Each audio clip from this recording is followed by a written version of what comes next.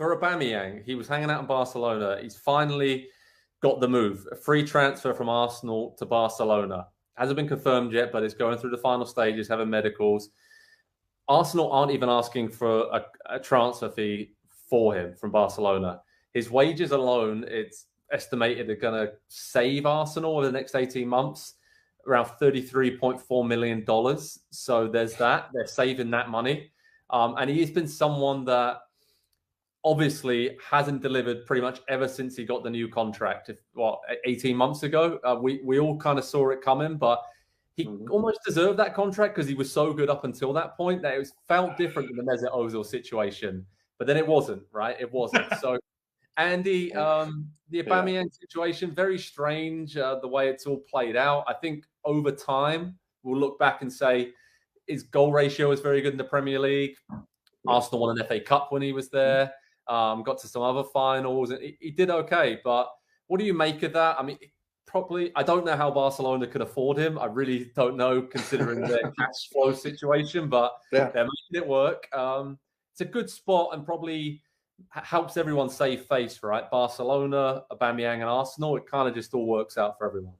Yeah, it's just another reminder. I think that contract, that looking at it as what a player deserves in terms of money is not something that you can do at an elite level of sport, where there is, one, so much money on the line, and two, there's so much pressure and expectation. Because yes, you can say that everything that he had done for the club and even did a little bit in the first period after re-signing, that he deserved, the honor of having a significant contract to kind of end his Arsenal career on.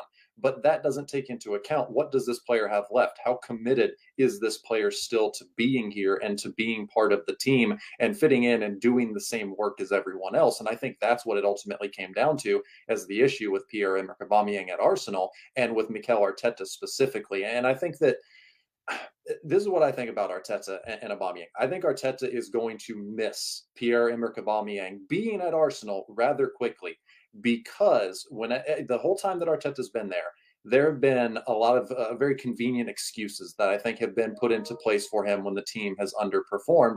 And Aubameyang has long been the number one of those. It was the fact that, his control and hold over the dressing room was something that Arteta had to overcome, and that he had to battle to kind of, make the team his own, because it was Aubameyang's. And so anytime that Arsenal lost a few games or they just didn't look up to it, that was kind of the excuse that was trotted out there.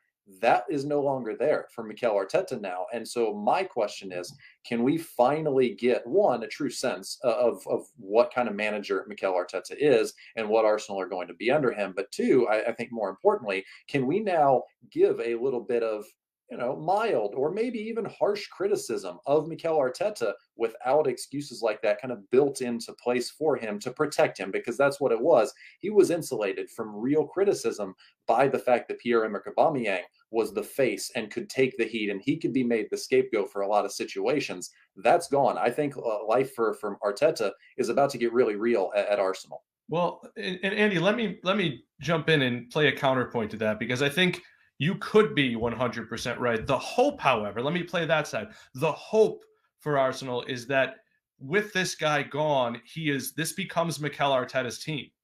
Aubameyang kind of loomed over as the biggest star on the team. And now as we talk about them building into new captains and the sort of youthful exuberance, and even Lacazette being walked out the door eventually, it's Arteta's team, and it opens the door for one of these young players to take this team and become theirs. And there aren't too many times in the last few years that you can look at an absolutely instrumental, clearly this is the number one guy leaving town. We would have seen it had Harry Kane left Tottenham, but we haven't seen a Kevin De Bruyne leave Manchester City. Manchester United, have we seen that in a while? No, because maybe they haven't had that guy. So I think it's an opportunity for Arsenal. It's one that if Arteta bungles, they're going to feel very quickly like they're back at square one.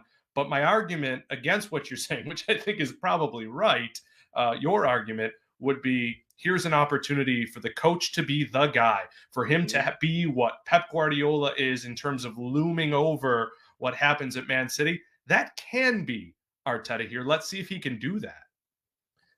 Big challenges there for Arsenal and Arteta to see how they rebuild.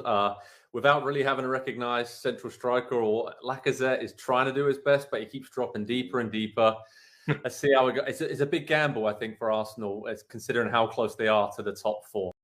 Hi there, I'm Rebecca Lowe, studio host for NBC's coverage of the Premier League. Don't forget to hit subscribe to watch highlights all season long, and be sure to tune in for Premier League mornings every weekend at 7 a.m. Eastern. And for even more content, head over to Peacock, where we've got live games, original series, and a dedicated round-the-clock Premier League channel featuring studio shows, classic matches, and much more.